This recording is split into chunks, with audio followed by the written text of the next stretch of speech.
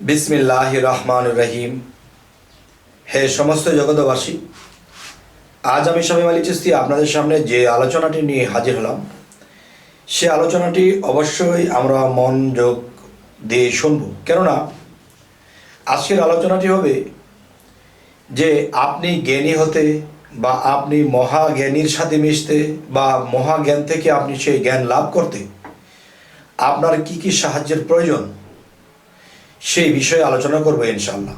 যেমন মানুষ জীবন চলার পথে কোনো মুর্শিদ ধরেছে, কোনো মাওলানা লাইনে পড়েছে, তবু কিন্তু সে জ্ঞানী হতে পারেনি। তবে জ্ঞান যেমন সবটা জিনিসের মধ্যে রস থাকতে হবে। সেই রসটা কি? সেই রসটা হলো যে আমি যদি শুকনা খাবার খাই তাহলে আমার গলায় ঠেকে যাবে। এখন কি করতে হবে?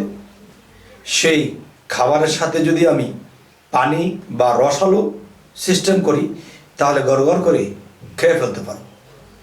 ঠিক মানুষ যখন মসজিদ ধরে কিংবা মাদ্রাসা লাইনে পড়ালেখা করে, তারা প্রখ্যাত জ্ঞানী হতে পারে না।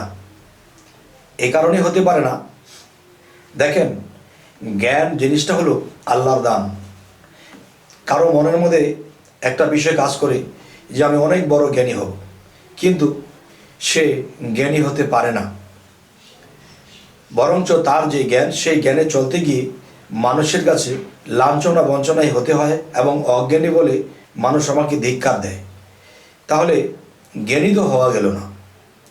তাহলে আমি বলবো অবশ্যই একজন কামেল মুর্শিদ ধরতে হবে। ধরার পর কি করতে হবে? সেই মুর্শিদ যখন সাধনা দেবে, সেই সাধনাগুলো তো করবেনই, এর পাশাপাশি আল্লাহর সাহায্যের দরকার, রবের সাহায্যের দরকার। ইয়া আলিমও, যে এলেম, আল্লাহ তাআলার এলেম আমার মধ্যে জ্ঞান অর্জন করিতে হলে সেই আলেমও যিনি, তাকেও আমাকে স্মরণ করতে হবে।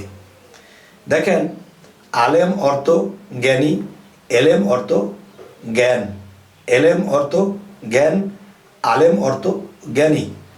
তাহলে এই পৃথিবীতে আমরা যাদেরকে জ্ঞানী বলে জানি, তারা কি আসলে জ্ঞানী? আসলে জ্ঞানী কাকে বলে? আজকে কোন জ্ঞানের কথা আপনাদের সাথে আলাপ করব।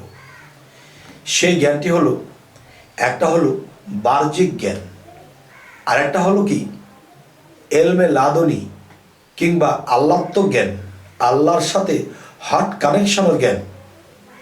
যে দেখেন, আল্লাহর সাথে হট কানেকশনের জ্ঞান সেটি কীরকম? দেখেন, যে কোনো মানুষের উপরে জিনে ভর করেছে এবং সেই জিনটি যদি লালিত পালিত করা পোষা জিন হয়ে থাকে, তাহলে সেই জিন তাদেরকে কোনো খবর এনে দিতে পারবে। সেটা কি, পিছনে কি হয়েছিল, কিভাবে কি হয়েছিল, হয়তো কিছু খবর সে পিছনেরটা এনে দিতে পারবে, সামনে কি হবে এটা কিন্তু বলতে পারবে না।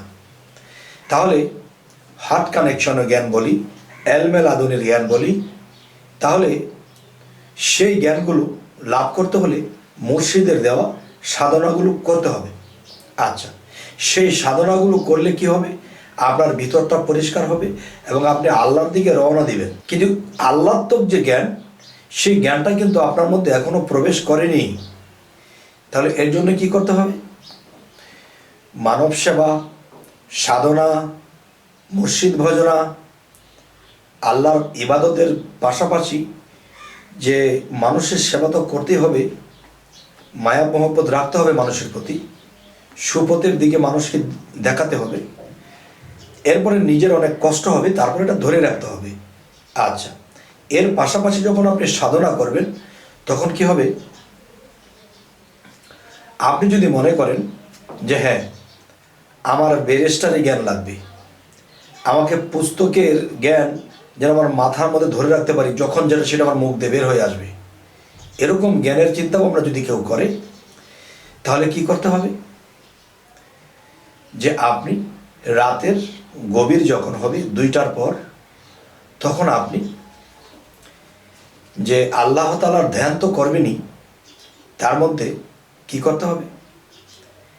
ইয়া আলেমু, ইয়া আলেমু, যে এই ইয়া আলেমু যে কথাটি, এর মধ্যে, এই নামের মধ্যে আল্লাহত্ব জ্ঞান মিশ্রণ আছে, যা পিছনে কি হয়েছিল, সামনে কি হবে, সেই খবরটুকু আল্লাহর দয়ায় পেয়ে যাবেন যদি ইয়া আলেমু জ্ঞান আপনি করতে পারেন। আর যে কোনো জিনিস আপনি শুনবেন তা আপনার মুখস্থ হয়ে যাবে, যে আপনি একটা বই পড়েছেন বা আপনি কিছু একটা পড়ার পরে আপনি জায়গা মতো গিয়ে লিখবেন, ভুলে গেছেন, কিন্তু সেই স্মরণশক্তি এসে যাবে যদি ইয়া আলেমুর জ্ঞান আপনার মধ্যে এসে যায়। তবে সাধনার পাশাপাশি এই ইয়া আলেমু আপনি কমপক্ষে 171 বার, 171 বার রাত্রে জপনা করবেন। আর যদি বেশি করেন তাহলে 571 বার করুন।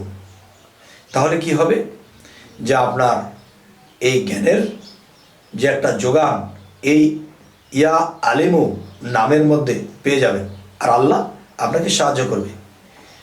গেল একটা।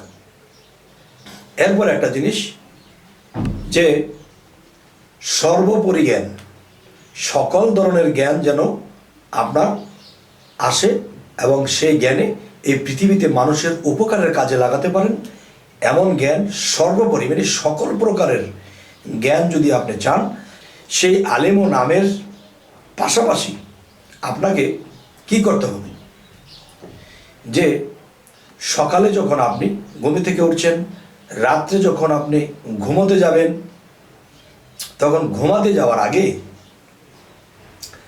আপনি কমপক্ষে রব্বি জিদনি ইলমা, রব্বি জিদনি ইলমা কমপক্ষে 170 বার কিংবা 171 বার পাঠ করে ফুঁক দিবেন, মাথাটাকে মোছেও করে দেবেন। হে রব, আমায় জ্ঞান দান করুন। জ্ঞান কোথায় দেবে? মস্তিষ্কে দেবে। তাই সেই নামের অংশটা দিয়ে আপনার মাথাটাকে মুছে দেবেন। সকালে যখন ঘুম থেকে উঠবেন তখন এই নামটি 171 বার পাঠ করে আবার হাতে ফুঁক দিয়ে সর্বোপরি জ্ঞান আপনার হবে। আপনি পরীক্ষা দেবেন, পরীক্ষার হলে বলে যান, স্মরণ শক্তি প্রখর হয়ে যাবে। একদিকে ইয়া আলিমুর জ্ঞান, আরেকদিকে রব্বি জিদনি ইলমা, হে রব আমায় জ্ঞান দান করুন। দুই দিকের সাপোর্ট। আবার আছে কি? মুর্শিদের দেওয়া সাধনা। তাহলে হয়ে যাবেন অনেক বড় জ্ঞানী। অবশ্যই আল্লাহ কাউকে ঠকায় না।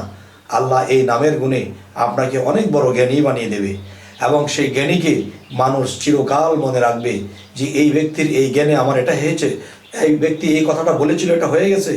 বিভিন্ন প্রশংসা মানুষের মধ্যে শুরু হবে এবং আপনি যখন মৃত্যুবরণ করবেন, মৃত্যুর পরেও আপনার জন্য কাঁদবে।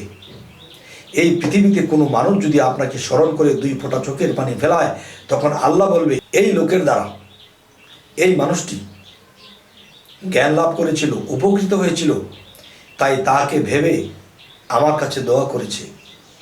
তাহলে বলুন, আপনার জীবনে যদি কিছু পাপও থাকে আর জগতের কোনো মানুষ যদি আপনাকে মৃত্যুর পরেও স্মরণ করে 2 ফোঁটা চোখের পানি ফেলায়, আপনি কখনো দোজকবাসী হবেন না। কেননা আপনি মানব সেবা করেছিলেন, সেটা সম্পদ দিয়ে, গায়ে খেটে, জ্ঞান দিয়ে, 3 প্রকারেই মানুষকে সেবা দিয়েছিলেন। আর আল্লাহ কিন্তু মানব সেবায় খুশি। আচ্ছা, তারপরও সেই লোকগুলো দোষী কারা?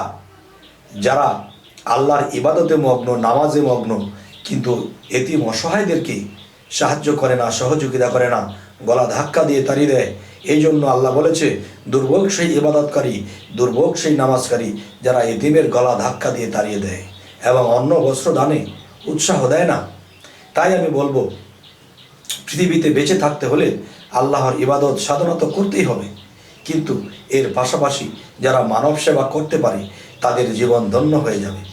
তবে হে সমস্ত জগৎবাসী, আজকের এই আলোচনাগুলো এই জন্যই করলাম, যেমন অনেকে ভাবে যে আমরা চেষ্টা করলেও তো আল্লাহর সেই গভীর জ্ঞান লাভ করতে পারি না, কিন্তু আল্লাহ কিন্তু এই 99 নামের মধ্যে সেই গুণ ক্ষমতা দিয়ে রেখেছে, কিন্তু আমরা কিন্তু সেটা করি না, বুঝি না, অবহেলায় চলি, খেয়াল করি না।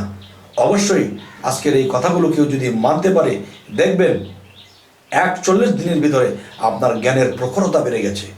কিন্তু এটা ছাড়বেন না, চালিয়ে যাবেন, দেখবেন ইনশাল্লাহ আল্লাহ আপনাকে জ্ঞানের স্তর কত উঁচুতে উঠিয়ে দেয় এই পৃথিবীতে, এই ইতিহাসে, এমনকি আপনার নামটাও থেকে যাবে আল্লাহ যদি সহায় হন। তবে হ্যাঁ, আজকের এই আলোচনা আপনাদের কেমন লাগলো তা জানাবেন, এবং সামনে কী ধরনের আলোচনা চাইছেন সেটাও জানাবেন। আমাদের এই চ্যানেলটিকে সাবস্ক্রাইব করে রাখবেন, ফেসবুক হলে অবশ্যই ফলো করে নেবেন। সকলে ভালো থাকবেন। আল্লাহ হাফিজ।